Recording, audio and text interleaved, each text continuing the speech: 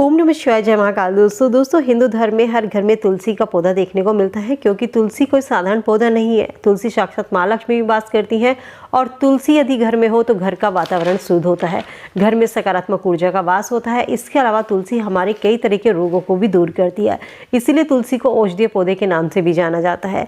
सोमवती अमावस्या के दिन यदि तुलसी की विधि विधान से पूजा की जाए तो नए साल पर आपके घर में कभी भी धन की कमी नहीं होगी।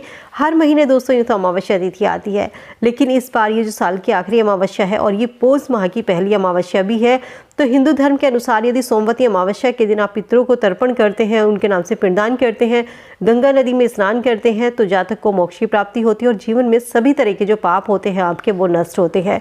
पितरों की कृपा से घर में सुख सौभाग्य आता है, आय में वृद्धि होती है, वंश की वृद्धि होती है। पूर्वजों को मोक्ष की प्राप्ति के लिए सोमवती अमावस्या का दिन सबसे ज़्यादा बेहद ही खास और महत्वपूर्ण माना जाता है। कहते हैं इस दिन पवित्र नदियों में स्नान करना चाहिए, दान करना चाहिए। लेकिन कुछ लोग पवित्र नदी में यदि स्नान नहीं कर पाते हैं तो घर पर आपके गंगा जल होगा, थोड़े से बाल्टी के पानी में गंगा जल डाल लीजिए और ऐसे आप स्नान कर सकते हैं। कहते हैं जीवन में यदि आप किसी भी चीज़ की तंगी का आपको सामना करना पड़ता है, आपके घर में आर्थिक तंगी का सामना करना पड़ता है, या आपका कोई काम रुकता है, या आपके संतान के विवाह में किसी तरीके की देरी आ रही है, तो अमावस्या के दिन अन्न का दान करें, वस्त्रों का दान करें, चावल का दान करें और पितरों के नाम से ब्राह्मणों को भोजन कराएं। सामर्थ्य के अनुसार पितरों के नाम से दान करें और गाय का जो थोड़ा सा खाना होता है, जब आप खाना बनाते हैं तो उसमें से गाय के, कुत्ते को और कौवे को, इन तीनों को खाना ज़रूर खिलाइए अमावस्या के दिन। ऐसा करने से दोस्तों आपके घर में कभी भी अन्न और धन की कमी का सामना आपको नहीं करना पड़ेगा। पौष माह की अमावस्या के दिन सोमवार अमावस्या पड़ रही है, तो इसीलिए इसे सोमवती अमावस्या के नाम से भी जाना जाता है। इस दिन हम भगवान शिव और माँ पार्वती की तो पूजा करते ही है, साथ ही भगवान विष्णु के संग संग तुलसी की पूजा करने का भी विधान शास्त्रों में बताया जाता है। कहते हैं तुलसी कोई साधारण पौधा नहीं है, तुलसी पवित्र और पूजनीय है। तुलसी में साक्षात माँ लक्ष्मी वास करती है। जिस घर में तुलसी हरी भरी होती है उस घर में माँ लक्ष्मी का स्थायी वास होता है। और यदि घर की तुलसी सूखने लगती है तो कहते हैं घर में कोई मुसीबत आने वाली है, जिसका संकेत हमें माँ लक्ष्मी देती है।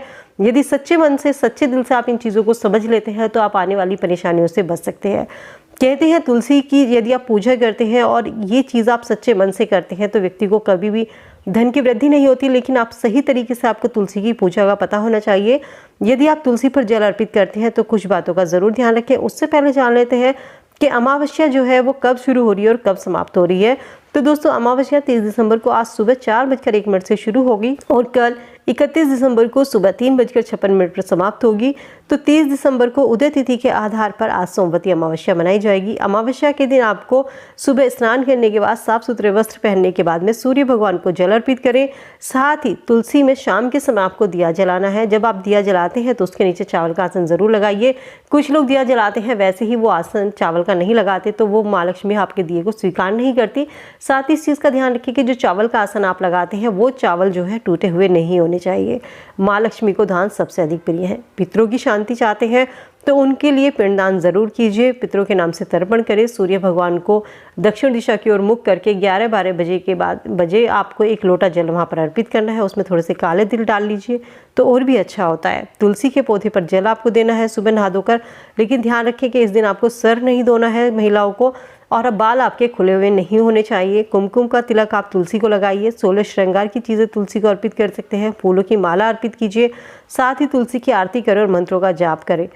लास्ट में आपको वहाँ पर तुलसी को थोड़ा सा मीठे का भोग लगाना है। तुलसी पर जब आप जल अर्पित करते हैं तो सबसे पहले जल जो है हमें तुलसी की जड़ में अर्पित करना चाहिए। इसके बाद तुलसी के मध्य भाग में और इसके बाद सबसे ऊपर के भाग में तुलसी पर जल अर्पित करें। यानी कि नीचे से अपने हाथों को ऊपर ले जाते हुए हाथ आपके लास्ट में सर से ऊपर होने चाहिए। इस तरीके से तुलसी को जल अर्पित करें और साथ ही तुलसी की 3 परिक्रमा जरूर करें जल देने के बाद में।